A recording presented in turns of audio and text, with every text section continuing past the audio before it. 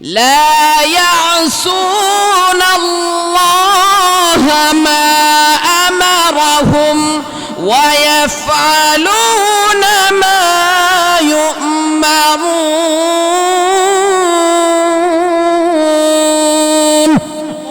ফেরেশতারা হলো এমন জাতি লা ইয়াসুন আল্লাহ মা আমারহুম আল্লাহ ফেরেশতাদেরকে যে আদেশ করেন যখন যে আদেশ দেন ফেরেশতারা সে আদেশের লঙ্ঘন করে না ওয়ায়াফআলুনা মা ইউমারুন আর যখন তাদেরকে যে আদেশ দেওয়া হয় সে আদেশ তারা তৎক্ষণাৎভাবে সম্পাদন করে। তাহলে ঈমান আনতে হবে ফেরেশতাদের প্রতি। ঈমানের দ্বিতীয় নাম্বার রুকন হলো ফেরেশতাদের প্রতি ঈমান আনবে। ফেরেশতা হলো আল্লাহর বাহিনী। ফেরেশতা হলো কার বাহিনী? আল্লাহর বাহিনী। তৃতীয় নাম্বার হলো ওয়া কুতুবিহি আল্লাহর যত কিতাব আসমানি কিতাব আল্লাহ যত নাজিল করেছেন আল্লাহ আদম আলাইহিস সালাম থেকে নিয়ে মুহাম্মদ সাল্লাল্লাহু আলাইহি ওয়াসাল্লাম পর্যন্ত যত কিতাব নাজিল করেছেন আসমানি কিতাব সকল কিছু হলো সত্য। সকল আসমানি কিতাব কি সত্য, বিশ্বাস করেন আপনারা? আসমানি সকল কিতাব সত্য, এর মধ্যে কোনো মিথ্যা নাই। হ্যাঁ, বর্তমান যে তাওরাত জবুর ইনজিল আছে, তাওরাত ইনজিল যেগুলো আছে এগুলা আল্লাহ যখন আসমান থেকে নাজিল করেছিলেন তখন এগুলা সত্যের বাণী নিয়ে এসেছিল, কিন্তু বর্তমানে তাওরাত ইনজিল এগুলো সত্য না, এগুলা হলো মিথ্যা। এগুলার মধ্যে ইহুদি খ্রিস্টানের পাদ্রীরা এগুলার মধ্যে তারা নিজের পক্ষ থেকে মিথ্যা বিকৃত করে দিয়েছে। তাই বর্তমান তাওরাত ইনজিলকে আমরা বিশ্বাস করি না, কিন্তু আল্লাহর পক্ষ থেকে যে তাওরাত ইনজিল আসমানে যত কিতাব নাজিল করেছেন সকল কিছুর প্রতি আমরা বিশ্বাস স্থাপন করি। যেগুলো আলোচনা করতেছি ভালো করে বুঝবেন, কারণ এগুলো হলো ঈমানের মেইন রুকন, ঈমানের মেইন স্তম্ভ। যতই নেক আমল করেন যদি ঈমান ঠিক না থাকে তাহলে কোনো কাজে আসবে না। তাহলে কয়টা বললাম? তিনটা। আনতুমিনা বিল্লাহি ওয়া মালাইকাতিহি ওয়া কুতুবিহি ওয়া রুসুলিহি। চতুর্থ নাম্বার হলো আল্লাহর যত রাসূল আছে সকল রাসূলদের প্রতি ঈমান আনবে। আল্লাহ হযরত আদম আলাইহিস সালাম থেকে নিয়ে মুহাম্মদ সাল্লাল্লাহু আলাইহি ওয়াসাল্লাম পর্যন্ত যত নবী রাসূল পাঠিয়েছেন সকল নবী রাসূল হলো আল্লাহর পক্ষ থেকে মেসেঞ্জার, বার্তাবাহক। সমস্ত নবী রাসূল কি আল্লাহর পক্ষ থেকে এসেছেন, তারা হকের বাণী নিয়ে এসেছেন। তো নবী রাসূলদের প্রতি বিশ্বাস স্থাপন করতে হবে, কিন্তু ইহুদি খ্রিস্টান তারা আল্লাহর সকল নবীকে বিশ্বাস করে নাই। আল্লাহর সৃষ্টির প্রধান আকর্ষণ যিনি মুহাম্মদুর রাসূলুল্লাহ সাল্লাল্লাহু আলাইহি ওয়াসাল্লামকে ইহুদি খ্রিস্টানরা বিশ্বাস করে নাই। অথচ আল্লাহ রাব্বুল আলামিন পূর্বেকার যত নবী পাঠিয়েছেন সকল নবীদের থেকে আল্লাহ পরবর্তী নবীদেরকে স্বীকৃতি দেওয়ার, পরবর্তী নবীকে যদি পেয়ে যায় পরবর্তী নবীর প্রতি ঈমান আনার এবং তাকে সহযোগিতা করার প্রতিজ্ঞা আল্লাহ নিয়েছেন। সেটা কোরআনে কারিমে আল্লাহ তাআলা বলে দিয়েছেন, ওয়াইদ আখাযাল্লাহু মিসাকান নাবিয়্যিনা লামা আতাইতুকুম মিন কিতাবিন ওয়া হিকমা। আল্লাহ তাআলা মুহাম্মদ সাল্লাল্লাহু আলাইহি ওয়াসাল্লামকে বললেন, আরে স্মরণ করো ইদ আখাযাল্লাহু মিসাকান নাবিয়্যিন, যখন আল্লাহ সমস্ত নবীদের অঙ্গীকার নিলেন। কি শপথ দিয়েছি? সুম্মা জাআকুম রাসূলুম মুসাদ্দিকুন লিমা মাআকুম, অতঃপর যখন তোমাদের কাছে এমন কোন রাসূল আসবেন যিনি তোমাদের কাছে যা আছে তা সত্যায়নকারী। লা তুমিনুন্না বিহি ওয়া লা তানসুরুন্নাহু, আরে অবশ্যই অবশ্যই তোমরা সেই রাসূলকে যদি পেয়ে যাও তার প্রতি ঈমান আনবে, ওয়া লা তানসুরুন্নাহু, এবং তাকে অবশ্যই তোমরা সহযোগিতা করবে। আল্লাহ পাক রব্বুল আলামিন হযরত আদম আলাইহিস সালাম থেকে হযরত মুহাম্মদুর রাসূলুল্লাহ সাল্লাল্লাহু আলাইহি ওয়াসাল্লাম পর্যন্ত যত নবী এবং রাসূল পাঠিয়েছেন এবং আসমানে যত কিতাব নাজিল করেছেন সমস্ত কিতাব এবং সমস্ত নবীদের মাধ্যমে আল্লাহ পাক বান্দাদের কাছে এই মেসেজটা পৌঁছে দিতে চেয়েছেন যে দুনিয়ার যে কোনো মানুষ, যে কোনো নবীর যে কোনো উম্মত যদি সফল হতে চায়, দুনিয়া এবং আখিরাত উভয় জাহানে যদি সাকসেসফুল হতে চায়, সফল কাম কৃতকার্য হতে চায়, তাহলে দুইটা জিনিসের সমন্বয় নিজের মধ্যে করা লাগবে। প্রথম নাম্বার হলো ঈমান, দ্বিতীয় নাম্বার হলো নেক আমল। বন্ধুরা আমার, মহান আল্লাহ রাব্বুল আলামিন সূরা বাকারার 277 নম্বর আয়াতে বলেন, ইন্নাল্লাযীনা আমানু ওয়া আমিলুস সালিহাতি ওয়া আকামুস সালাতা ওয়া আতাউয যাকাহ লাহুম আজরুহুম ইনদা রাব্বিহিম ওয়ালা খাউফুন আলাইহিম ওয়ালা হুম ইয়াহজানুন। মহান রব্বে কারীম সূরা বাকারার 277 নম্বর আয়াতে বলেন, ইন্নাল্লাযীনা আমানু, নিশ্চয়ই যারা ঈমান এনেছে, ওয়া আমিলুস সালিহাত এবং সৎ কর্ম সম্পাদন করেছে, ওয়া আকামুস সালাতা এবং নামাজ কায়েম করেছে, ওয়া আতাউজ যাকাতা এবং যাকাত সম্পাদন করেছে, যাকাত আদায় করেছে, লাহুম আজরুহুম ইনদা রাব্বিহিম, রব্বে কারীম তাদের উপহার কি হবে, তাদের কি ধরনের পুরস্কার আল্লাহ দিবেন সেটা ঘোষণা করে দিচ্ছেন। লাহুম আজরুহুম ইনদা রাব্বিহিম, তাদের জন্য রয়েছে তাদের প্রতিপালকের কাছে প্রতিদান, ওয়ালা খাউফুন আলাইহিম ওয়ালা হুম ইয়াহজানুন, তাদের কোনো ভয় নাই, তাদের কোনো চিন্তাও নাই। যারা নিজেদের মধ্যে ঈমান এবং নেক আমলের সন্নিবেশিত করতে পারবে, ঈমান এবং নেক আমল দুইটা জিনিসকে নিজের মধ্যে ধারণ করতে পারবে, আল্লাহ তাদের ব্যাপারে আল্লাহ তাদেরকে নিশ্চিন্ত করে বলেন যে তাদের কোনো ভয় নাই, তাদের কোনো চিন্তা নাই, দুনিয়াতেও তাদের কোনো ভয় নাই, আখিরাতেও তাদের কোনো ভয় নাই, উভয় জাহানে তারা সফল কাম। মহান রব্বে কারীম সূরা ইউনূসের 9 নম্বর আয়াতে বলেন, ইন্নাল্লাযীনা আমানু ওয়া আমিলুস সালিহাতি ইয়াহদিহিম রাব্বুহুম বিঈমানিহিম। মহান আল্লাহ বলেন, ইন্নাল্লাযীনা আমানু, নিশ্চয়ই যারা ঈমান এনেছে, ওয়া আমিলুস সালিহাত এবং সৎকর্ম সম্পাদন করেছে, ইয়াহদিহিম রাব্বুহুম বিঈমানিহিম, তাদের রব তাদের ঈমানের কারণে তাদেরকে হেদায়েত দান করবেন। সুবহানাল্লাহ। আল্লাহ যাদেরকে হেদায়েত দিবেন তাদের পথভ্রষ্ট হওয়ার কোনো সম্ভাবনা নেই। মহান রব্বে কারীম যাদেরকে এই দুনিয়া এবং আখিরাত চিরস্থায়ী জীবনের জন্য সাকসেসফুল বানিয়ে দিবেন, তাদের কোনো ভয় থাকবে না। আল্লাহ সূরা হুদের 23 নম্বর আয়াতে বলেন, ইন্নাল্লাযীনা আমানু ওয়া আমিলুস সালিহাতি ওয়া আখবাতু ইলা রাব্বিহিম উলাইকা আসহাবুল জান্নাতি হুম ফিহা খালিদুন। আল্লাহ বলেন, ইন্নাল্লাযীনা আমানু, নিশ্চয়ই যারা ঈমান এনেছে, ওয়া আমিলুস সালিহাত এবং সৎকর্ম সম্পাদন করেছে, আল্লাহ তাদের ব্যাপারে বলেন, ওয়া আখবাতু ইলা রাব্বিহিম এবং তাদের প্রভুর সামনে তারা বিনয়ী হয়ে গিয়েছে, উলাইকা আসহাবুল জান্নাহ, তারাই হলো জান্নাতের অধিবাসী, ওয়া হুম ফিহা খালিদুন, আর তারা জান্নাতের মধ্যে চিরস্থায়ীভাবে থাকবে। তাহলে এই আয়াত, যে আয়াতগুলো পাঠ করলাম, এই আয়াতগুলোর মধ্যে পর্যালোচনা করলে দেখা যায় মহান আল্লাহ রাব্বুল আলামিন যে পুরস্কার নির্ধারণ করে দিয়েছেন, সেই পুরস্কার নির্ধারণ করে দিয়েছেন আল্লাহ দুইটা শর্তে। প্রথম নম্বর শর্ত হলো ঈমান, দ্বিতীয় নম্বর শর্ত হলো নেক আমল। মহান রব্বে কারীম সূরা বুরুজের 11 নম্বর আয়াতে বলেন, ইন্নাল্লাযীনা আমানু ওয়া আমিলুস সালিহাতি লাহুম জান্নাতুন তাজরি মিন তাহতিহাল আনহার ওয়া যালিকাল ফাওজুল কাবীর।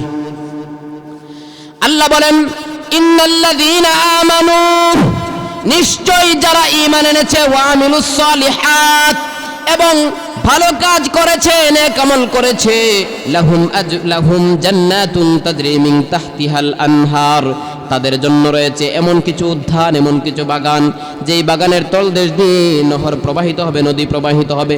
সুবহানাল্লাহ।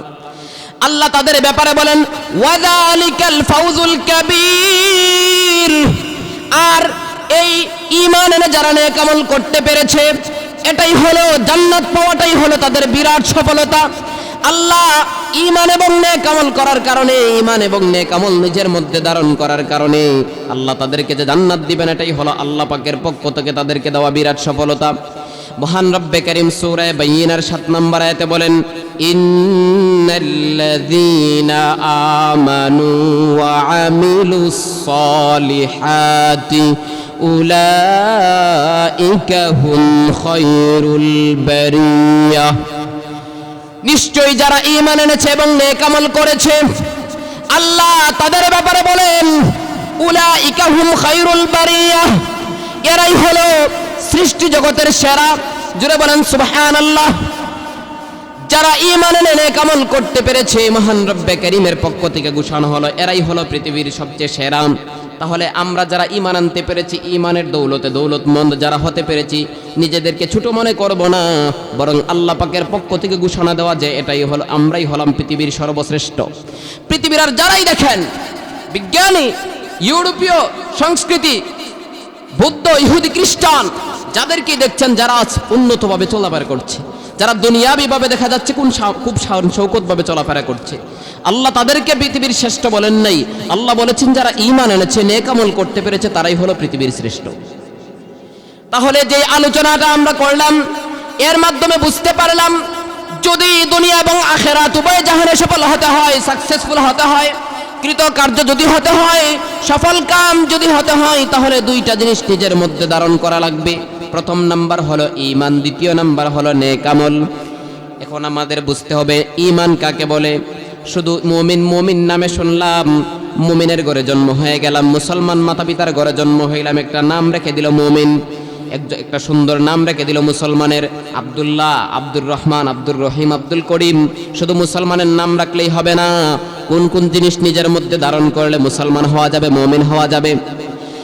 আল্লাহর নবীর সাল্লাল্লাহু আলাইহি ওয়াসাল্লামের হাদিস থেকে এটা আমরা বিশদভাবে বুঝতে পারি, ভালো করে বুঝতে পারি।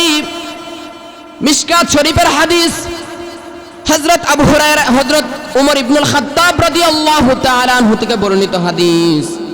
ওমর ইবনুল খাত্তাব রাদিয়াল্লাহু তাআলা আনহু বলেন, একবার আমরা রাসূল সাল্লাল্লাহু আলাইহি ওয়াসাল্লামের সামনে বসতে, এর মধ্যে একটা প্রশ্ন করলেন, আখবিরনি আনিল ঈমান, ও মুহাম্মদ সাল্লাল্লাহু আলাইহি ওয়াসাল্লাম আমাকে ঈমানের ব্যাপারে অবগত করুন। আল্লাহর নবী বললেন, আল ঈমানু আন তুমিনা বিল্লাহ, ঈমান হলো তুমি আল্লাহর প্রতি বিশ্বাস স্থাপন করবে। আল্লাহর নবী বললেন, দেখো ঈমানের প্রথম নাম্বার স্তম্ভ হলো, ঈমানের প্রথম নাম্বার রুকন হলো তুমি আল্লাহর প্রতি বিশ্বাস স্থাপন করবে, স্বীকার করবে যে এই জমিনের সকল কিছুর মালিক আল্লাহ, এই বিশ্ব ব্রহ্মাণ্ড পরিচালনা করেন আল্লাহ, এই বিশ্ব ব্রহ্মাণ্ডের যত কিছু আছে, দুলক বুলক গ্যালাক্সি যত কিছু আছে, নিহারিকা, সকল কিছুর সৃষ্টি করার কর্তা হলেন আল্লাহ। মানব দানব যা কিছু আছে, বৃক্ষ তরুলতা, আসমান জমিন যত কিছু আছে, সব কিছুর মালিক কে? আল্লাহ। এই স্বীকৃতিটা দিবে, আল্লাহকে স্বীকার করবে, আল্লাহ রব, আনতুমিনা বিল্লাহ, আল্লাহর প্রতি ঈমান আনবে, আল্লাহকে স্বীকৃতি দিবে যে আল্লাহ হলেন আমাদের রব, আল্লাহ ছাড়া কোনো মালিক নাই, আল্লাহ ছাড়া কোনো খালিক নাই, আল্লাহই হলেন আমাদের সবকিছু, এটা স্বীকার করবে। আমরা স্বীকার করিনি, আল্লাহই হলেন আমাদের সবকিছু। এই দুনিয়া আখিরাত যত কিছু আছে, সকল কিছুর মালিক কে? সকল কিছুর মালিক হলেন আল্লাহ। কোনো সন্দেহ আছে এর মধ্যে? কোনো সন্দেহ থাকতে পারে না। দ্বিতীয় নাম্বার, আল্লাহর নবী বললেন, আন তুমিনা বিল্লাহি ওয়া মালাইকাতিহি, প্রথম নাম্বার তো ঈমান আনবে আল্লাহর প্রতি যে আল্লাহ এক, আল্লাহ হলেন আমাদের রব, আল্লাহর সাথে কোনো শরীক নাই, আল্লাহর সমকক্ষ কেউ নাই। ওয়া মালাইকাতিহি, দ্বিতীয় নাম্বার হলো আল্লাহর ফেরেশতাকুল যারা আছে, সকল ফেরেশতাকুল হলো আল্লাহর মাখলুক, তাদের প্রতি ঈমান আনবে। ফেরেশতারা হলো আল্লাহর স্পেশাল বাহিনী, স্পেশাল ফোর্স। এই ফেরেশতারা সর্বদাই আল্লাহর আদেশে চলে, তারা আল্লাহর আদেশ কখনো লঙ্ঘন করে না। মহান রব্বে কারীম ফেরেশতাদের বর্ণনা দিতে গিয়ে বলেন, লা ইয়াসুনাল্লাহা মা আমারাহুম ওয়া ইয়াফআলুনা মা ইউমারুন।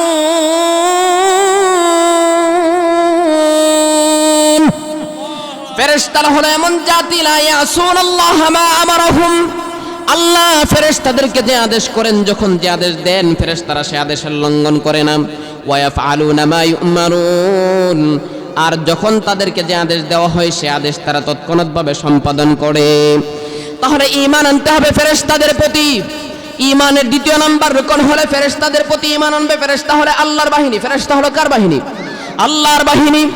তৃতীয় নাম্বার হলো ওয়া কুতুবিহি, আল্লাহর যত কিতাব, আসমানি কিতাব আল্লাহ যত নাজিল করেছেন, আল্লাহ আদম আলাইহিস সালাম থেকে নিয়ে মুহাম্মদ সাল্লাল্লাহু আলাইহি ওয়াসাল্লাম পর্যন্ত যত কিতাব নাজিল করেছেন, আসমানি কিতাব, সকল কিছু হলো সত্য। সকল আসমানি কিতাব কি? সত্য। বিশ্বাস করেন আপনারা? আসমানি সকল কিতাব সত্য, এর মধ্যে কোনো মিথ্যা নাই। হ্যাঁ, বর্তমান যে তাওরাত, জবুর, ইনজিল আছে, তাওরাত ইনজিল যেগুলো আছে, এগুলা আল্লাহ যখন আসমান থেকে নাজিল করেছিলেন তখন এগুলা সত্যের বাণী নিয়ে এসেছিল, কিন্তু বর্তমানে তাওরাত ইনজিল এগুলা সত্য না, এগুলা হলো মিথ্যা। এগুলার মধ্যে ইহুদি খ্রিস্টানের পাদ্রীরা এগুলার মধ্যে তারা নিজের পক্ষ থেকে মিথ্যা বিকৃত করে দিয়েছে।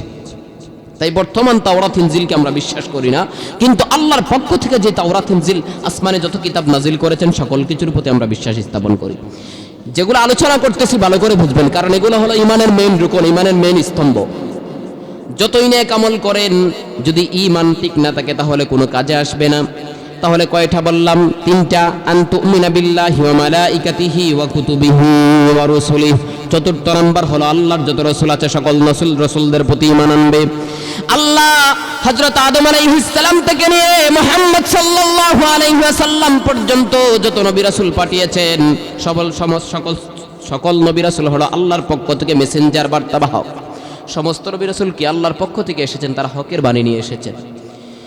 তো নবী রাসূলদের প্রতি বিশ্বাস স্থাপন করতে হবে, কিন্তু ইহুদি খ্রিস্টান তারা আল্লাহর সকল নবীকে বিশ্বাস করে নাই। আল্লাহর সৃষ্টির প্রধান আকর্ষণ যিনি মুহাম্মদুর রাসূলুল্লাহ সাল্লাল্লাহু আলাইহি ওয়াসাল্লামকে ইহুদি খ্রিস্টানরা বিশ্বাস করে নাই। অথচ আল্লাহ রাব্বুল আলামিন পূর্বেকার যত নবী পাঠিয়েছেন সকল নবীদের থেকে আল্লাহ পরবর্তী নবীদেরকে স্বীকৃতি দেওয়ার, পরবর্তী নবীকে যদি পেয়ে যায় পরবর্তী নবীর প্রতি ঈমান আনার এবং তাকে সহযোগিতা করার প্রতিজ্ঞা আল্লাহ নিয়েছেন। সেটা কোরআনে কারিমে আল্লাহ তাআলা বলে দিয়েছেন, ওয়াইদ আখাযাল্লাহু মিসাকান নাবিয়্যিনা লামা আতাইতুকুম মিন কিতাবিন ওয়া হিকমা।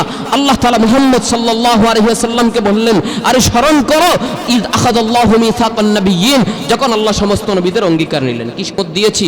সুম্মা জাআকুম রাসূলুম মুসাদ্দিকুল লিমা মাআকুম, অতঃপর যখন তোমাদের কাছে এমন কোন রাসূল আসবেন যিনি তোমাদের কাছে যা আছে তা সত্যায়নকারী। লা তুমিনুন্না বিহি ওয়া লা তানসুরুন্নাহু, আরে অবশ্যই তোমরা সেই রাসূলকে যদি পেয়ে যাও তার প্রতি ঈমান আনবে, ওয়া লা তানসুরান্নাহু, এবং তাকে অবশ্যই তোমরা সহযোগিতা করবে। আল্লাহ রাসূলদেরকে বলেছেন ক্বালা আকরারতুম, আল্লাহ সমস্ত নবী রাসূলদেরকে বলেছেন তোমরা কি এটা স্বীকার করলে? সমস্ত রাসূলরা বলল আকরারনা, স্বীকার করলাম। আল্লাহ তাদেরকে বললেন আখাযতুম আলা যালিকুম ইসরি, এই ব্যাপারে কি তোমরা আমার প্রতিজ্ঞা গ্রহণ করলে? সকল নবী রাসূলরা বলল হ্যাঁ করলাম। আল্লাহ বললেন ফাশহাদু, তাহলে তোমরা সাক্ষী থাকো এই প্রতিজ্ঞার বিষয়ে। ওয়া আনা মাআকুম মিনাশ শাহিদিন, আমিও তোমাদের সাথে এই ব্যাপারে সাক্ষ্য আছি। তাহলে সমস্ত নবী রাসূল থেকে আল্লাহ পরবর্তী নবীকে বিশ্বাস করার, যদি পেয়ে যায় পরবর্তী নবীর প্রতি ঈমান আনার, তাকে সহযোগিতা করার আল্লাহ প্রতিজ্ঞা নিয়েছেন। এখন তাদের উম্মত যারা, তাদের জন্য এই কোনো অপশন আছে যে মুহাম্মদ সাল্লাল্লাহু আলাইহি ওয়াসাল্লামের প্রতি ঈমান না আনলে চলবে? আল্লাহর নবী বলেছেন মুসলিম শরীফের হাদিস, ওয়াল্লাযী নাফসু মুহাম্মাদিন বিয়াদিহি, আরে মুহাম্মদ সাল্লাল্লাহু আলাইহি ওয়াসাল্লামের নফস সত্তা যেই রবের হাতে রয়েছে সেই রবের কসম করে বলি, লা ইয়াসমাউ বি আহাদুন মিন হাযিহিল উম্মতি ইয়াহুদিয়্যুন ওয়ালা নাসরানিয়্যুন সুম্মা ইয়ামুতু ওয়া লাম ইউমিন বিল্লাযী উরসিলতু বিহি ইল্লা কানা মিন আসহাবিন নার। আল্লাহ রাসূল বলেন যে সত্তার হাতে আমার প্রাণ রয়েছে সেই সত্তার শপথ করে বলি, ইহুদি হোক বা খ্রিস্টান হোক, যে কেউ আমি নবীর কথা শুনলো, মৃত্যুবরণ করলো, অথচ আমার প্রতি যা নাজিল হয়েছে তার প্রতি ঈমান এনে নেই, তাহলে সে জাহান্নামের অধিবাসী হবে। অপর হাদিসের মধ্যে আল্লাহর নবী বলেন লাউ কানা আখি মূসা হিয়ান মা ওয়াসিআহু ইল্লা ইত্তিবাই, আরে আল্লাহর নবী আমার থেকে পূর্ববর্তী যে নবী এসেছেন মূসা আলাইহিস সালামও যদি আমার সময় জীবিত থাকতেন, তাহলে আল্লাহর নবী মূসা আলাইহিস সালামের জন্য আমার প্রতি ঈমান আনার ছাড়া, আমার অনুসরণ করা ছাড়া কোনো অপশন ছিল না। তাহলে বর্তমান যারা ইহুদি খ্রিস্টান তারা মুহাম্মদ সাল্লাল্লাহু আলাইহি ওয়াসাল্লামের প্রতি ঈমান না আনলে চলবে না? সকল কিছু সবাই আমার নবীর প্রতি ঈমান আনতে হবে। আল্লাহর নবী যখন দুনিয়াতে আসেন তখন দুনিয়ার প্রান্তে প্রান্তে একমাত্র মুহাম্মদী শরীয়ত চলবে, অন্য কোন শরীয়ত, অন্য কোন নবীর নবুয়ত তখন আর চলবে না, ঠিক কি না? বর্তমানে আপনারা হয়তো জানেন, বর্তমানে বাংলাদেশের প্রত্যন্ত অঞ্চলগুলো যেগুলো আছে, পাহাড়ি অঞ্চল, যে অঞ্চলগুলোর সাথে উলামায়ে কেরামের কোনো সম্পর্ক নাই, যে অঞ্চলগুলোতে কোনো মাদ্রাসা নাই, যে অঞ্চলগুলোতে কোনো শিক্ষিত মানুষ নাই, ওই অঞ্চলগুলোতে এসে খ্রিস্টান মিশনারিরা এসে ওইখানে মানুষদেরকে, সাধারণ সরল মুসলমানদেরকে বুঝিয়ে তারা খ্রিস্টান বানিয়ে নিচ্ছে। তারা বলে আরে মুহাম্মদ সাল্লাল্লাহু আলাইহি ওয়াসাল্লামের প্রতি ঈমান আনলে চলবে না, আল্লাহর নবী ঈসা আলাইহিস সালামকে বিশ্বাস করতে হবে। আচ্ছা, আপনারা তো সবাই জানেন যে আমাদের নবী হলেন শেষ নবী, আর ঈসা আলাইহিস সালাম হলেন আমাদের নবীর বহু আগের নবী, ঠিক না? ঈসা আলাইহিস সালাম হলেন আমাদের নবীর বহু আগের নবী। তাহলে আমাদের নবী হলেন শেষ নবী। আমার নবী দুনিয়াতে আসার পরে অন্য কোনো নবীর নবুয়ত সব ডিলিট হয়ে গেছে, কোনো নবীর নবুয়ত আর দুনিয়াতে থাকে না। তাহলে একমাত্র আমার নবীর নবুয়ত চলবে। বর্তমানে যারা খ্রিস্টান মিশনারি বাংলার জমিনে মানুষদেরকে খ্রিস্টান বানানোর অপতৎপরতা চালাচ্ছে, তারা বাতিল, বন্ড, প্রতারক, তাদেরকে বাংলার জমিন থেকে জুতা পেটা করে বের করতে হবে। মুসলমান সতর্ক হতে হবে। আমাদের ঈমানকে চিন্তাই করে নেওয়ার জন্য বহু বাতিল ও তৎপরতা চালিয়ে যাচ্ছে। সজাগ আছেন তো আপনারা? তাহলে ঈমানের কয়টা রুকনের কথা বললাম? আল্লাহ নবী হাদিসে জিবরিলের মধ্যে মিশকাত শরীফের মধ্যে যে হাদিস আছে সেখানে 4টা কথা বললাম, ঈমানের 4টা স্তম্ভের কথা বললাম, আরো 2টা স্তম্ভ রয়ে গেল। প্রথম হলো আনতুমিনা বিল্লাহ, আল্লাহর প্রতি ঈমান আনবে, ওয়া মালাইকাতিহি, আল্লাহর যত ফেরেশতাকুল আছে সকল ফেরেশতাকুল হলো আল্লাহর বাহিনী, তাদের প্রতি ঈমান আনবে, ওয়া কুতুবিহি, আল্লাহর যত কিতাব আছে সবগুলা সত্য, ওয়া রাসূলিহি, আল্লাহর যত নবী এসেছেন শুরু থেকে হযরত মুহাম্মদ সাল্লাল্লাহু আলাইহি ওয়াসাল্লাম পর্যন্ত সকল নবী রাসূল হলেন সত্য, সকলের প্রতি আমরা ঈমান আনি। 4টা স্তম্ভের কথা বললাম। 5ম নাম্বার স্তম্ভ হলো ওয়াল ইয়াউমিল আখিরি, কিয়ামত দিবসের প্রতি ঈমান আনতে হবে। বন্ধুরা আমার, আমাদের এই জীবন শেষ জীবন নয়, বরং আমাদের জীবনের পরে চিরস্থায়ী জীবন বাকি রয়ে গেছে। এই জীবনই কিন্তু শেষ নয়, বরং আমাদের পরকাল চিরস্থায়ী জীবন বাকি রয়ে গেছে। বিশ্বাস হয়নি আপনাদের? আমাদের এই জীবন শেষ নয়, বরং চিরস্থায়ী জীবন বাকি রয়ে গেছে। আমরা বিশ্বাস করি একদিন আল্লাহ তাআলা আমাদের সবাইকে কবর থেকে উত্তোলন করবেন, আমাদের হিসাব আল্লাহ কায়েম করবেন, সকল কিছুর হিসাব আল্লাহর কাছে দিতে হবে। অতএব কিয়ামত দিবসের প্রতি আমরাই কি করি? ঈমান আনি। 6ষ্ঠ নাম্বার হলো ওয়া তুমিনা বিল কদরি খাইরিহি ওয়া শাররিহি। 6ষ্ঠ নাম্বার আল্লাহ রাসূল বলে দিলেন ঈমানের রুকন হলো তকদিরের ভালো মন্দ যা কিছু আছে সকল কিছু হলো কার পক্ষ থেকে? আল্লাহর পক্ষ থেকে। মক্তবের ছাত্ররাও যখন মক্তবে যায়, মক্তবে যাওয়ার পরে হুজুর তাদেরকে শিখায়, কালিমায়ে শাহাদাত যখন শিখায়, কালিমায়ে তাইয়্যিবা, কালিমায়ে মুফাসসাল, ঈমানে মুজমাল, ঈমানে মুফাসসাল যখন পড়ায়, সেখানে কিন্তু এই কথাটা পড়ায়া দেয়, তকদিরের ভালো মন্দ যা কিছু আছে সকল কিছু কার পক্ষ থেকে হয়। কোনো সন্দেহ আছে নাকি? তাহলে আমরা যেটা বুঝতে পারলাম, ঈমান এবং নেক আমল হলো মুমিনের জন্য সবচেয়ে বড় সম্পদ। ঈমানের চেয়ে মহামূল্যবান সম্পদ আর দুনিয়াতে থাকতে পারে না। ঈমান কত বড় সম্পদ, ঈমানের স্বাদ কত বেশি, সেটা সাহাবায়ে কেরাম বুঝতে পেরেছিলেন। তাই তো সাহাবায়ে কেরামের উপর অত্যাচারের হাজারো স্টিম রোলার চালানোর পরেও সাহাবায়ে কেরাম ঈমান থেকে এক কদমও পিছপা হন নাই। বন্ধুরা আমার, অবশ্যই আপনারা জানেন হযরত বিলাল রাদিয়াল্লাহু তাআলা আনহুর ঈমান আনার কথা জানেন না আপনারা?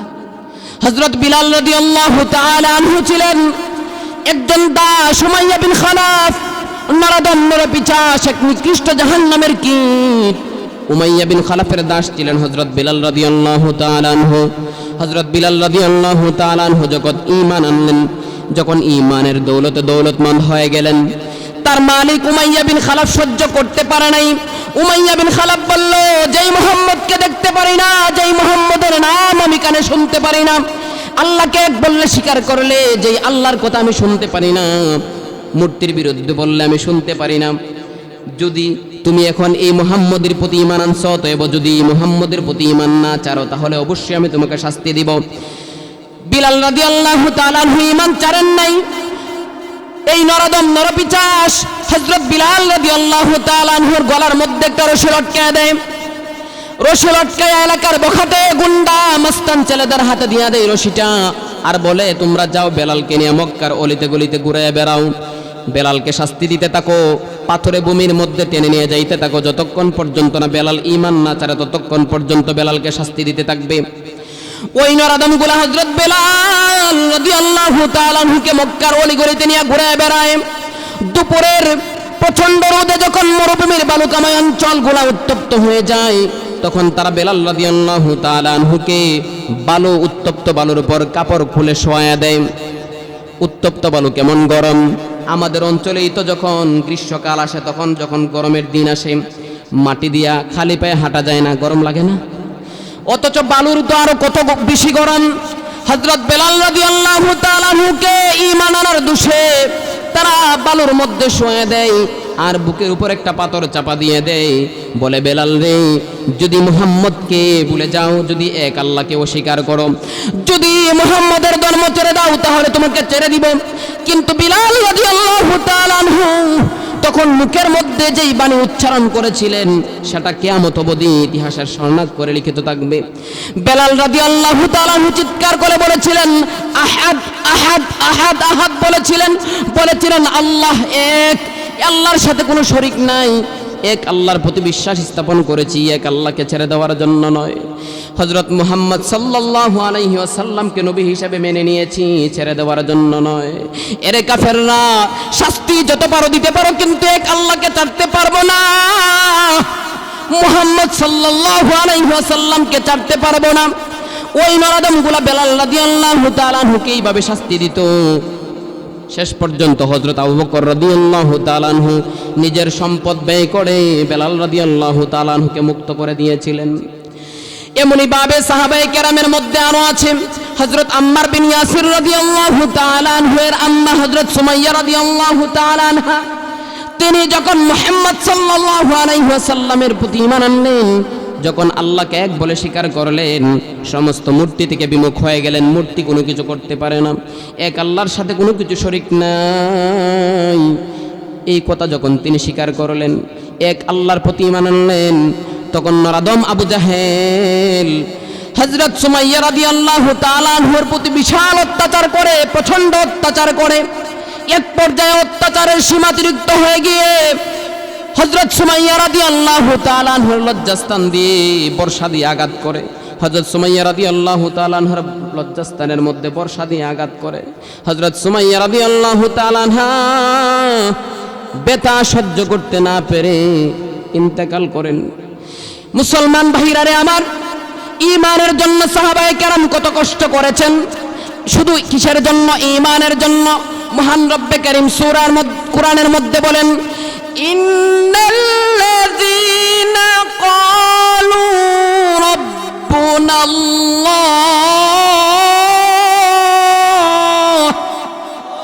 নিশ্চয়ই যারা বলে আমাদের রব হলেন আল্লাহ, সুম্মাস্তাকামু, অতঃপর এই কথার উপর অটল বিচল থাকে। যারা কি বলবে?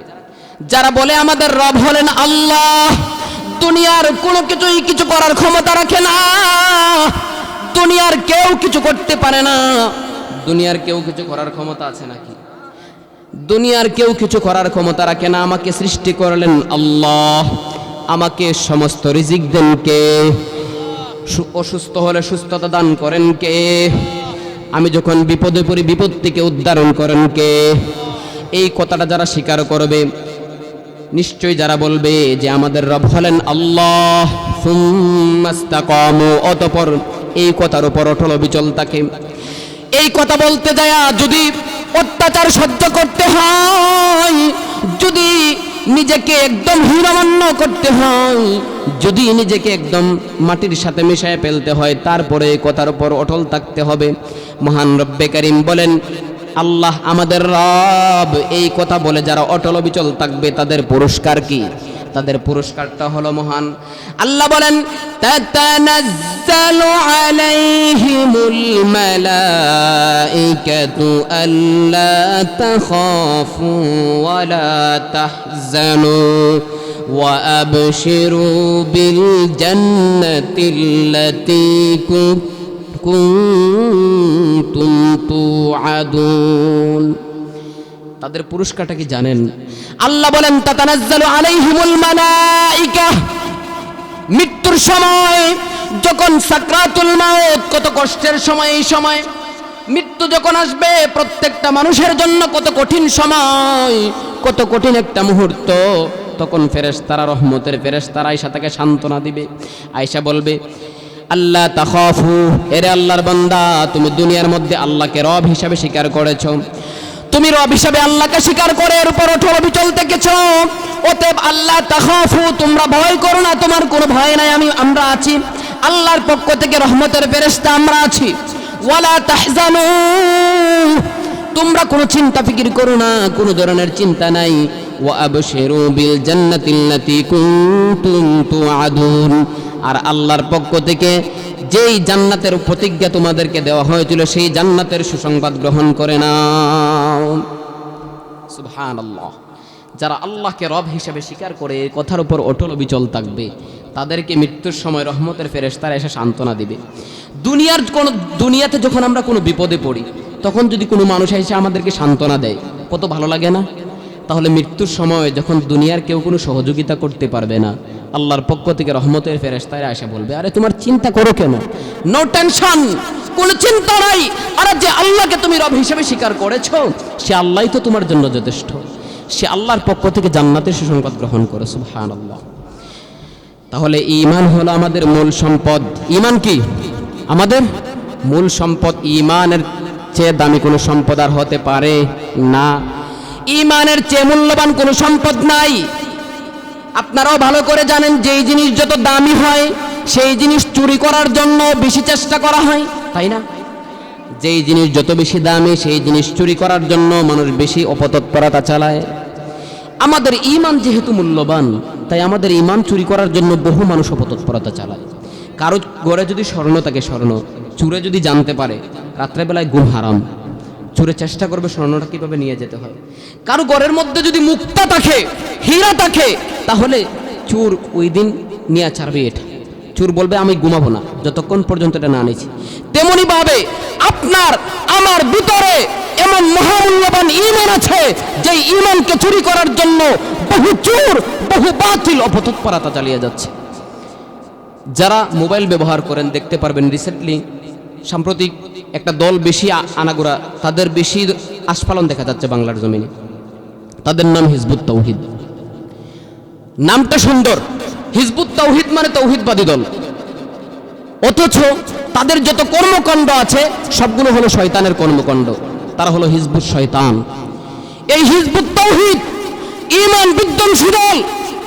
এরা বাংলার জমিনে মানুষের ঈমান নষ্ট করার জন্য চতুর্মুখী অপতৎপরতা চালিয়ে যাচ্ছে। এই হিজবুত তাওহীদ আর নাস্তিকদের মধ্যে কোনো পার্থক্য নাই। এই হিজবুত তাওহীদ এবং নাস্তিকদের মতাদর্শের মধ্যে কোনো পার্থক্য নাই। যেমন নাস্তিকরা পর্দার আইন দেখতে পারে, নাস্তিকরা পর্দার আইন দেখতে পারে, বুরকা দেখতে পারে। তারা পর্দার বিরুদ্ধে কথা বলে, বুরকার বিরুদ্ধে কথা বলে। তারা বলে যে বুরকা নাকি শয়তানের আবিষ্কার, নাউযুবিল্লাহি মিন যালিক। তারা বাংলার জমিনে পর্দা উঠিয়ে দিয়ে জিনা বিচারকে ব্যাপক করতে চায়। আমার বাংলার সরল সোজা মা বোনেরাও না বুঝে তাদের ফাঁদে পা দিচ্ছে। এই হিজবুত তাওহীদ তারাও পর্দা বলে পায় না।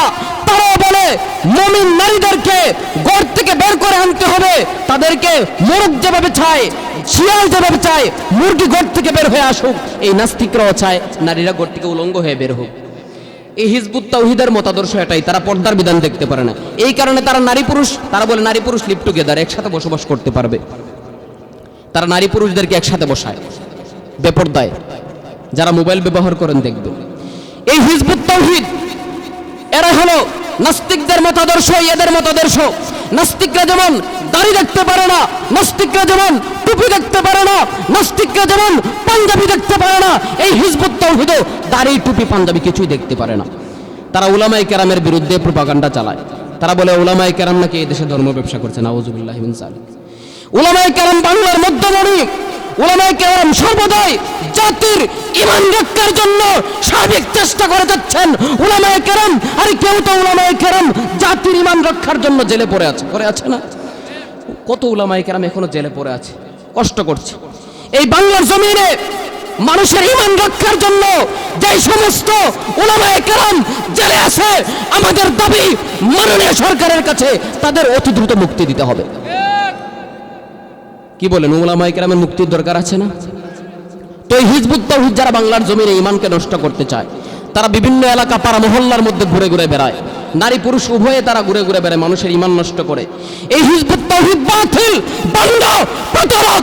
তারা যদি আসে জুতা পেটে করে বের করে দিবেন। রাজি আছেন তো?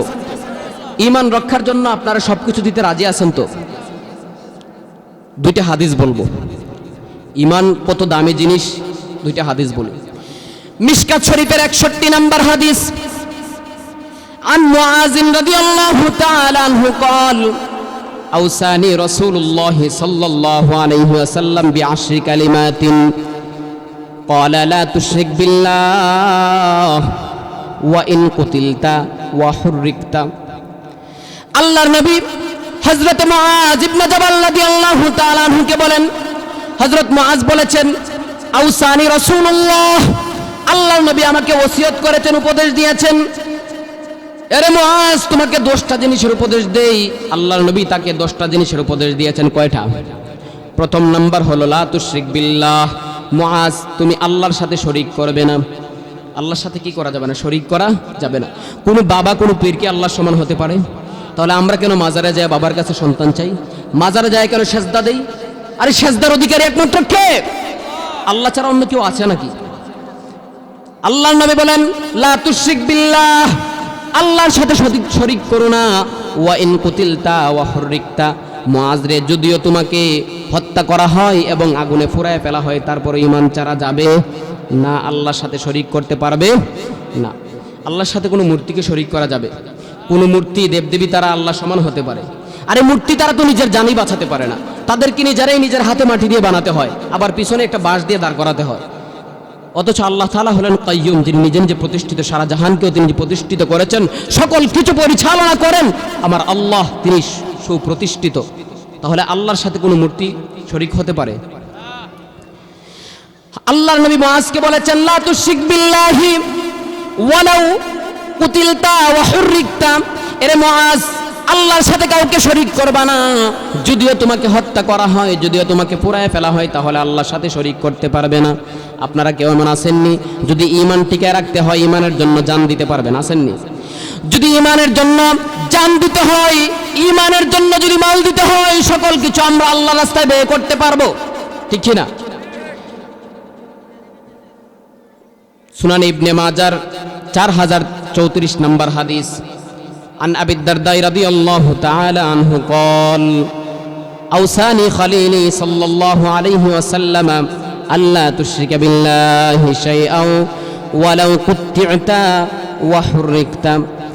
আল্লাহর নবীর সাহাবী হযরত আবু দারদা রাদিয়াল্লাহু তাআলা আনহু বলেন, আমার খলিল, আমার হৃদয়ের গভীরে যেই রাসূলের স্থান, যেই রাসূলকে আমি হৃদয়ের গভীর থেকে ভালোবাসি, সেই রাসূল আমাকে উপদেশ দিয়েছেন লা তুশরিক বিল্লাহ, আল্লাহর সাথে কাউকে শরীক করবা না। ওয়ালাউ কুতিয়াতা, যদিও তোমাকে কেটে টুকরা টুকরা করা হয়, ওয়া হুররিকতা, যদিও তোমাকে পুড়িয়ে ফেলা হয়। কারণ আল্লাহর রাস্তায় আল্লাহর সাথে শরীক না করার জন্য, আল্লাহকে রব হিসেবে বলার জন্য, আল্লাহকে এক বলার জন্য যদি কাউকে হত্যা করা হয়, কাউকে পুড়িয়ে ফেলা হয়, কাউকে নদীতে ফেলে মারা হয়, জান যাওয়ার সাথে সাথে জান্নাতের ফয়সালা হয়ে যাবে।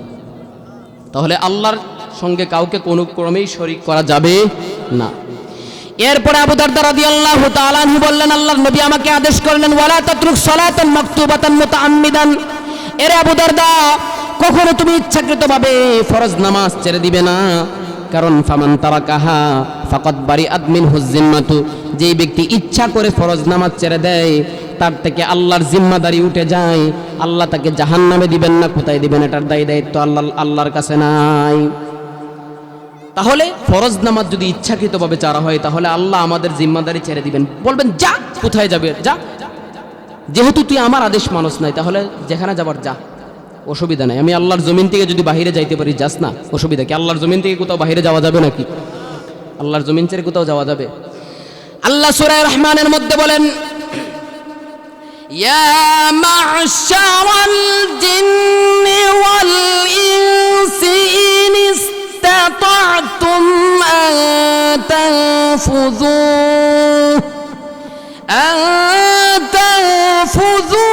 মিন আকতারিস সামাওয়াতি ওয়াল আরদ فانفذوا لا تنفذون إلا بسلطان। আল্লাহ বলেন ইয়া মাশারাল জিন্নি ওয়াল ইনসি, হে মানুষ এবং জিনের দল, ইস্তাতাতুম আন তানফুযু মিন আকতারিস সামাওয়াতি ওয়াল আরদি, যদি আল্লাহর জমিন এবং আসমান ছেড়ে কোথাও যাওয়ার মতো ক্ষমতা থাকে, ফানফুযু চলে যাও, আমি আল্লাহ তোমাদেরকে ধরে রাখি নাই। আল্লাহর আসমান জমিন ছেড়ে চলে যাও না, যাবে? কি বলেন? দুনিয়ার যত কিছু আছে সবই তো আল্লাহর। বিজ্ঞানীরা বলবে মঙ্গল গ্রহ, আরো কত কিছু গ্রহ আছে এই পৃথিবীর বাহিরে, আরে সবকিছু তো আল্লাহর সৃষ্টি, সবকিছু কি আল্লাহ চ্যালেঞ্জ করে বলেন, আরে মানুষ এবং জিনের দল কার সাথে অবাধ্যতা করস? আমি আল্লাহর নিয়ামত খেয়ে আমি আল্লাহর জমিনে অবাধ্যতা করবি, সেটা তো মানা যাবে না। আল্লাহ বলেন যদি পারস আসমান জমিন ছেড়ে অন্য কোথাও চলে যা, যা, ছেড়ে দিছি তোদেরকে। আল্লাহ আবার বলেন তানফুযু, পারলে চলে যাও, লা তানফুযুনা ইল্লা বিসুলতান, আরে বান্দারা তোমাদের তো এরকম সক্ষমতা নাই, আমি আল্লাহর গণ্ডি চাইরা বাহিরে চলে যাইবা। আল্লাহর গণ্ডি চাইরা বাহিরে যাওয়া যাবে? যাবে নাকি? আল্লাহর গণ্ডির বাহিরে কোনো স্থান আর নাই। অতএব আল্লাহর আমাদের রব এই ঈমান এই কথার উপর দৃঢ় থাকতে হবে। এই কথার উপর দৃঢ় থেকে যদি আমরা মৃত্যুবরণ করতে পারি তাহলে অবশ্যই আল্লাহর ওয়াদাকৃত জান্নাতে আমাদেরকে দিবেন। তাহলে দুইটা জিনিসের কথা বলছিলাম, যদি দুনিয়া এবং আখিরাত উভয় জাহানের মধ্যে সফল হতে হয়, সাকসেসফুল যদি হতে হয়, উভয় জাহানের মধ্যে যদি সফলকাম হতে হয়, তাহলে কয়টা জিনিসের কথা বলছে? দুইটা। প্রথম নাম্বার হলো ঈমান, দ্বিতীয় নাম্বার হলো নেক আমল। প্রথম নাম্বার হলো কি? ঈমান। দ্বিতীয় নাম্বার হলো নেক আমল। ঈমানের কথা সংক্ষিপ্তভাবে বললাম। নেক আমল কাকে বলে? মুফাসসিরিনে কেরাম বলেন নেক আমল হলো ফি'লুল মা'মুরাত ওয়া তারকুল মানহিয়াত। আল্লাহ যা আদেশ করেছেন এইগুলা বাস্তবায়ন করা, আর যা থেকে নিষেধ করেছেন সেগুলা ছেড়ে দেওয়া, এটাই হলো নেক আমল। অতএব আল্লাহ যেমন আদেশ করেছেন নামাজের, রোজার, হজ, যাকাত, নামাজ, রোজা, হজ, যাকাত পড়লাম, এটা আল্লাহর আদেশ। আল্লাহ তো সুদ থেকে বেঁচে থাকার নিষেধ করেছেন। তাহলে নামাজ পড়লাম আবার সুদের মধ্যে জড়িত থাকলাম, সেটা নেক আমল হবে নাকি? সেটা কখনোই নেক আমল হবে না। আরে নেক আমলের তো দুইটা অংশ, প্রথমটা হলো ভালো কাজ করা, দ্বিতীয়টা হলো খারাপ কাজ ছাড়া। অতএব ভালো কাজ করলাম, খারাপ কাজ ছাড়লাম না, এটা নেক আমল হবে না। তাহলে নামাজ, রোজা, হজ, যাকাত যেমন নেক আমল, হালাল খেতে হবে সেটাও হলো নেক আমল, ঠিক না? হালাল খেতে হবে সেটাও হলো নেক আমল। কারণ হালাল খাবার যদি না খাওয়া হয়, হারাম খাবার যদি খাওয়া হয়, তাহলে আল্লাহ রাসূল বলেন লা তাদখুলুল জান্নাতা জাসাদুন গুজিয়া মিন হারাম। যেই দেহটা হারাম খাবারের মাধ্যমে হৃষ্টপুষ্ট হয়েছে, ওই দেহটা জান্নাতে প্রবেশ করবে না। তাহলে যার শরীরে হারাম আছে সে জান্নাতে প্রবেশ করবে? যার শরীরে বিন্দু মাত্র হারাম আছে তার দেহটা জান্নাতে প্রবেশ করবে না। যদি জান্নাতে প্রবেশ না করে কোথায় যাবে? জাহান্নামের মধ্যে। হালাল খাবারের একটা ঘটনা আছে। বিখ্যাত ইমাম হযরত ইমাম আহমদ ইবনে হাম্বল রাহমাতুল্লাহি আলাইহি, তিনি হলেন জগদ্বিখ্যাত ইমাম ইমাম শাফি রাহমাতুল্লাহি আলাইহি এর ছাত্র। ইমাম শাফি রাহমাতুল্লাহি আলাইহির কাছে ইমাম আহমদ ইবনে হাম্বল রাহমাতুল্লাহি আলাইহি পড়ালেখা করেছেন। ছাত্র উস্তাদ, পড়ালেখার পরে দূর দেশে চলে গেছেন, কোনো সম্পর্ক নাই। একবার হযরত ইমাম শাফিঈ রাহমাতুল্লাহি আলাইহি ইমাম আহমদ ইবনে হাম্বলের কাছে চিঠি লিখলেন, এরে ছাত্র আমার, তোমার সাথে তো আমার অন্তরের মহব্বত, তোমার সাথে তো আমার অন্তরের মহব্বত, তুমি আমার ছাত্র, আসো না একবার আমার বাড়িতে এসে বেড়ায় যাও। ইমাম আহমদ ইবনে হাম্বল রাহমাতুল্লাহি আলাইহি ইমাম শাফি রাহমাতুল্লাহি আলাইহির দাওয়াত গ্রহণ করলেন। সফর করে ইমাম শাফি রাহমাতুল্লাহি আলাইহির বাড়িতে গেলেন। যাওয়ার পর ইমাম শাফি রাহমাতুল্লাহি আলাইহি নিজে কিছু পথ আগায় আয়সা নিয়ে গেছেন মেহমানকে। ছাত্রকে পেয়ে উস্তাদ খুব খুশি, আমার ছাত্র আজকে এত বড় আলেম হয়ে গেল, খুব খুশি। উস্তাদ বাড়ির মধ্যে বিভিন্ন ধরনের ভালো ভালো খাবারের আয়োজন করলো। উস্তাদের যারা ছেলে, অর্থাৎ ইমাম শাফি রাহমাতুল্লাহি আলাইহির যারা ছেলে সন্তান, তারাও খুব খুশি, কারণ জগতের এক বড় আলেম ইমাম আহমদ ইবনে হাম্বল আজকে আমাদের বাড়ি। যদি বরুণার রশিদুর রহমান মুফতি সাহেব হুজুর, মুফতি রশিদুর রহমান ফারুক সাহেব হুজুর কারো বাড়িতে আসে, আমাদের বাড়িটা উজ্জ্বল হয়ে যাবে না? তো ইমাম আহমদ ইবনে হাম্বল আজকে আমাদের বাড়িতে, জগদ্বিখ্যাত ইমাম, যার সুনাম সুখ্যাতি সারা দেশের মধ্যেই শুনি, আজকে তিনি আমাদের বাড়িতে, কত আনন্দময় অবস্থা লাগছে। তারাও ইমাম আহমদ ইবনে হাম্বলের স্পর্শ পেয়ে ইমাম আহমদ ইবনে হাম্বলের সংস্রব পেয়ে তারা খুব খুশি, ধন্য হয়েছে। তো ইমাম শাফি রাহমাতুল্লাহি আলাইহির ছেলেরা ভাবলো যে ইমাম আহমদ তো খুব বড় আলেম, খুব বড় আমলদার। তো রাত্রেবেলা ইমাম আহমদ ইবনে হাম্বল ইমাম শাফির ঘরে যে খাবার তৈরি হয়েছিল, ভালো ভালো খাবার খাইলেন। খাবার ক্ষেত্রে খুব পেট ভরে খাইলেন, পেটের একটু বাকি রাখলেন না। রাত্রেবেলা খেয়ে ঘুম দিলেন, নিজের রুমে যায় দরজা লাগাইয়া ফেললেন। ইমাম শাফি রাহমাতুল্লাহি আলাইহির ছেলেরা ভাবলেন ইমাম আহমদ ইবনে হাম্বল যেহেতু বড় একজন আলেম, তাই উনি তো রাত্রে উঠে তাহাজ্জুদ নামাজ পড়বেন, অতএব ওনার দরজার সামনে একটা লোটার মধ্যে কিছু পানি রাইখা দিয়ে আসছে। সকালবেলায় দেখা গেল ইমাম আহমদ ইবনে হাম্বলের রুমের সামনে যেই লোটার মধ্যে পানি দিয়ে আসছিল, সেই লোটার মধ্যে পানি ঠিকই আছে। ইমাম শাফির ছেলেরা বলল, আরে উনি কি ধরনের ইমাম, আমাদের বাড়িতে আসলেন, এত বড় আলেম, ভাবছি তাহাজ্জুদের নামাজ পড়বেন, লোটায় পানি দিয়ে গেলাম, এখন ওদের সকালবেলায় পানি জাগাই রয়ে গেছে, পেট বইরে খাওয়ান দিছে, ঘুমাই গেছে, কিসের ইমাম উনি? ইমাম শাফির কাছে যায় বললেন, আব্বাজান, আপনার ছাত্র এত বড় আলেম, তারপরেও তো দেখা যায় লোটার মধ্যে পানি রাইখা আসছি, ভাবলাম তাহাজ্জুদের নামাজ পড়বে, কিন্তু পানি তো জায়গায় আছে, উনি তো তাহাজ্জুদের সময় উঠেন নাই। ইমাম শাফি রাহমাতুল্লাহি আলাইহির কাছে ঘটনাটা খুব আজনবী লাগলো, খুব একটা আশ্চর্যজনক ঘটনা লাগলো। আরে আমার ছাত্র তো বড় আলেম, বড় আল্লাহওয়ালা, তিনি কেন রাত্রে তাহাজ্জুদ পড়লেন না? মনে হয় পেট ভরে খায়া ঘুম দিছে। তো উস্তাদ যায় ছাত্রকে জিজ্ঞেস করে, ছাত্র আমার ছেলেরা তো তোমার জন্য বাহিরে লোটার মধ্যে পানি রাখছে, ভাবছে তুমি তাহাজ্জুদের সময় উঠবা, কিন্তু তুমি পেট ভরে খাওন দিছো আর সারা রাত ঘুমাইছো, তাহাজ্জুদ পড়ো নাই, তুমি কিসের আলেম? তুমি তো সকালবেলায় দেখা যায় পানি লোটার মধ্যে পানি রয়ে গেছে। ইমাম আবু ইউসুফ বললেন, ইমাম আহমদ ইবনে হাম্বল বললেন, উস্তাদজি আপনার ছেলেরা আমার ব্যাপারে ভুল ধারণা করছে, কারণ রাত্রেবেলায় যে আমি আপনার বাড়িতে পেট ভরে খাইছি এটা এমনি খাই নাই, এই খাওয়ার দ্বারা আমি সারা রাত্র জাগ্রত থেকে তাহাজ্জুদ নামাজ পড়তে পারছি, সারা রাতের ভিতরে আমি ঘুমাই নাই, তাই তাহাজ্জুদের সময় আমার উজুর দরকার পড়ে নাই, কারণ এশার নামাজের উজুই তো আমার ছিল, তাহাজ্জুদের উজুর কিসের দরকার আছে? ইমাম শাফি বললেন, এই খাবার পেট ভরে খাইনি। বললেন, উস্তাদ জি আপনার ঘরের খাবারটা ছিল হালাল, কারণ আমি যখন খাবারটা আমার সামনে আনছেন তখন খাবারের দিকে তাকায়া দেখলাম খাবারটার মধ্যে যেন আসমান থেকে রহমত আইসা পড়তেছে। তাহলে হালাল খাবার খাইছেন, এই জন্য ইবাদত করতে স্বাদ পাইছেন, সারা রাত্র ইবাদত করতে পারছেন। তাহলে কি করতে হবে? নেক আমল। এটা কি শুধু নামাজ পড়লাম আবার সুদের সাথে জড়িত থাকলাম, রোজা রাখলাম আবার অন্যের হক মারলাম, নেক আমল হবে? এটা কোশ্চিন কালো নেক আমল হবে না। দেখা যায় নামাজে গেলে, মসজিদে গেলে মুসল্লিগিরি ঠিক আছে, তসবিহ টিপতেছি ঠিক আছে, কিন্তু গরু নিয়ে যখন বন্ধে যায় তখন দেখা যায় আরেকজনের ক্ষেতের মধ্যে গরু লাগাইয়া দেই, খাইতেছে, এটা নেক আমল হলো? আরেকজনের হক নষ্ট করলাম। তাহলে শুধু নামাজ রোজা এগুলাই নেক আমল না, বরং নেক আমল হলো ভালো কাজ করা আর খারাপ কাজ ছাড়া। তাহলে নেক আমল দুইটা জিনিসের সংমিশ্রণ নিজের মধ্যে করতে হবে। কয়টা জিনিসের? আজকের বয়ানটাতে থেকে আপনারা শুধু এখানে আসছেন মাহফিল দেখার জন্য নয়, বরং কিছু কোরআন হাদিসের কিছু কথা শোনার জন্য আসছেন। সুতরাং কোরআন হাদিসের কথা শুনে আমল করার জন্য আসছেন। দুইটা কথা বললাম, প্রথম বললাম ঈমান, দ্বিতীয় নাম্বার বললাম নেক আমল। অতএব নেক আমল হলো ভালো কাজ করার নাম নেক আমল, খারাপ কাজ ছাড়ার নাম হলো নেক আমল। অতএব ভালো কাজ করলাম, মানুষের সাথে ভালো আচরণ করলাম, কিন্তু তলে তলে আমি অনেক অবৈধ কাজে কর্মে জড়িত আছি, সেটা আমাকে মুসল্লি বললেও চলবে না। কারণ আসল মুসল্লিগিরি দেখেন কে? আল্লাহ। আল্লাহ বলবেন, বান্দা মসজিদে তো নামাজের সময় গেছো ঠিক আছে, কিন্তু নামাজের পরে মসজিদ থেকে বের হয়ে যে অন্যের হক মারছো, অন্য যে তোমার কাছে ঋণ পাইতো সেই ঋণ তো দাও নাই, অন্য যে তোমার কাছে হক পাইতো সেই হক তো দাও নাই। অতএব নামাজ পড়ছো, রোজা রাখছো, এগুলার সব দিয়ে দিলাম, কিন্তু অন্যের হক যে তুমি মারছো এগুলার কাছে আজকে জাহান্নামে চলে যায়। তাহলে ঈমান নিজের মধ্যে ধারণ করতে হবে, নেক আমল নিজের মধ্যে ধারণ করতে হবে। যদি ঈমান এবং নেক আমল দুইটা নিজের মধ্যে ধারণ করতে পারে, দুইটার সমন্বয় যদি নিজের মধ্যে করতে পারি, তাহলে আল্লাহ কি পুরস্কার দিবেন? সূরা কাহাফের 107 নম্বর আয়াতে আল্লাহ বলেন, ইন্নাল্লাযীনা আমানু ওয়া আমিলুস সালিহাতি কানাত লাহুম জান্নাতুল ফিরদাউসি নুজুলা।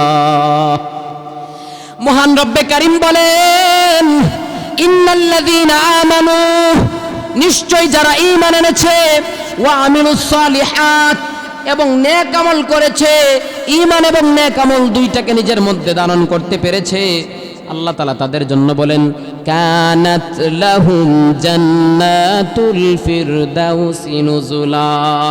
আমি আল্লাহর পক্ষ থেকে 8টা জান্নাতের মধ্যে সবচেয়ে বড় যে জান্নাত, সবচেয়ে সুন্দর, সবচেয়ে দামি যে জান্নাতুল ফেরদাউস, এটা মেহমানদারি হিসেবে তাদের জন্য দিয়ে দিব।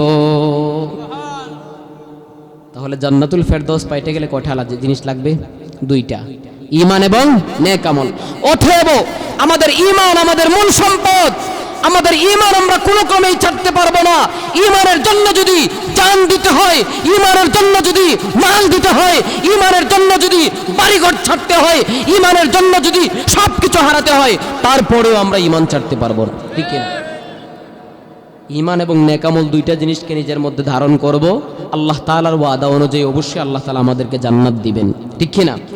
আজকে আমাদের ঈমানকে ধ্বংস করার জন্য বিভিন্ন বাতিলরা পায়তারা চালাচ্ছে, বিভিন্নভাবে বাতিলরা পদতপরতা চালিয়ে যাচ্ছে।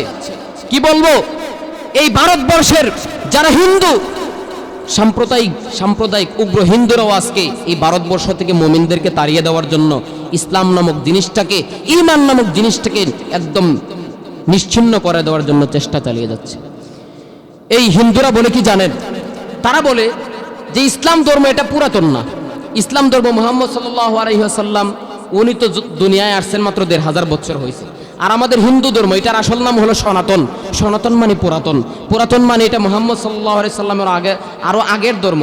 অতএব যেটা পুরাতন ধর্ম সেটাই ভারতবর্ষে চলবে, মুসলমান ধর্ম ভারতবর্ষে চলবে না। হ্যাঁ, এই ভারতবর্ষে, সারা ভারতবর্ষে, ভারত, পাকিস্তান, বাংলাদেশ, নেপাল, ভুটান যত কিছু আছে ওই সমস্ত এলাকায় রামরাজ্য নাকি তারা কায়েম করবে। রামরাজ্য কায়েম করে মুসলমান অন্য ধর্মাবলম্বী থাকতে পারবে, তবে তারা থাকবে থার্ড পারসন হিসেবে। তাদের এই দেশে কোনো নাগরিকত্বের অধিকার থাকবে না। জানেন আপনারা আমাদের ইসলামকে ধ্বংস করে দেওয়ার জন্য কিভাবে তারা ষড়যন্ত্র চালিয়ে যাচ্ছে? অথচ তারা বলে যে মুহাম্মদ সাল্লাল্লাহু আলাইহি ওয়াসাল্লামের সময় নাকি ইসলাম ধর্ম জমিনে এসেছে। অথচ আল্লাহ তাআলা সর্বপ্রথম হযরত আদম আলাইহিস সালামকে যখন জমিনে পাঠালেন, তখন হযরত আদম আলাইহিস সালাম কোন ধর্মের ছিলেন? ইসলাম কি শুধু মুহাম্মদ সাল্লাল্লাহু আলাইহি সাল্লামের ধর্মের নাম? না, বরং সমস্ত নবীরা আল্লাহর পক্ষ থেকে তাওহীদের বাণী নিয়ে এসেছেন। সমস্ত নবীর যুগে কালেমা ছিল লা ইলাহা ইল্লাল্লাহ, আল্লাহ ছাড়া কোনো মাবুদ নাই, সাথে প্রত্যেক সময়ের নবীর নামটা জড়িত থাকত। তাহলে সমস্ত নবীর যুগে তাওহীদ ছিল। আদম আলাইহিস সালাম থেকে নিয়ে মুহাম্মদ সাল্লাল্লাহু আলাইহি সাল্লামের পর্যন্ত সকল নবী তাওহীদের দাওয়াত দিয়েছেন। তাওহীদবাদী যারা তারাই হলো মুমিন, তারাই হলো মুসলমান। তাহলে হযরত আদম আলাইহিস সালাম এই ভারতবর্ষে আল্লাহ তাআলা যখন পাঠিয়েছিলেন, আল্লাহ তাআলা হযরত আদম আলাইহিস সালাম থেকে জান্নাত থেকে বিতরণ করেছিলেন, তখন সর্বপ্রথম ভারতবর্ষে শ্রীলঙ্কার পাহাড়ে প্রেরণ করেছিলেন। শ্রীলঙ্কা হলো ভারতের অন্তর্ভুক্ত, হিন্দুস্তানের অন্তর্ভুক্ত। তাহলে সর্বপ্রথম যিনি তাওহীদবাদী, সর্বপ্রথম যিনি মুসলমান, সর্বপ্রথম যিনি মুমিন, আদম আলাইহিস সালাম হলেন, এই ভারতবর্ষে এসেছিলেন। অতএব ইসলাম, তাওহীদ হলো এই ভারতবর্ষের পুরাতন ধর্ম, হিন্দু ধর্ম এখানের পুরাতন ধর্ম নয়। অতএব আমাদের মুসলমানদেরকে তাড়িয়ে দেওয়ার জন্য যে ষড়যন্ত্র চালানো হচ্ছে সবগুলা হলো বাতিল ষড়যন্ত্র, সবগুলা হলো মুসলমানদের বিরুদ্ধে, ঈমানকে ধ্বংস করে দেওয়ার জন্য। আর জেনে রাখো হে তাগুত শক্তিরা, আমাদের ঈমান কেড়ে নেওয়ার মতো দুঃসাধ্য কারো হতে পারে না। আমরা মুমিন দুর্বল হতে পারি, কিন্তু ঈমানের জন্য আমরা সবকিছু বিলিয়ে দিতে পারবো, ঠিক কিনা? যাই হোক, এতক্ষণ আলোচনা করলাম ঈমান এবং নেক আমল সম্পর্কে। আল্লাহ তাআলা এই দুইটা জিনিস আমাদের মধ্যে ধারণ করার তৌফিক দান করুক। সকলেই বলি আমিন। ওয়া আখিরু দাওয়ানা আলহামদুলিল্লাহি রাব্বিল আলামিন। আসসালামু আলাইকুম ওয়া রাহমাতুল্লাহি ওয়া বারাকাতুহু।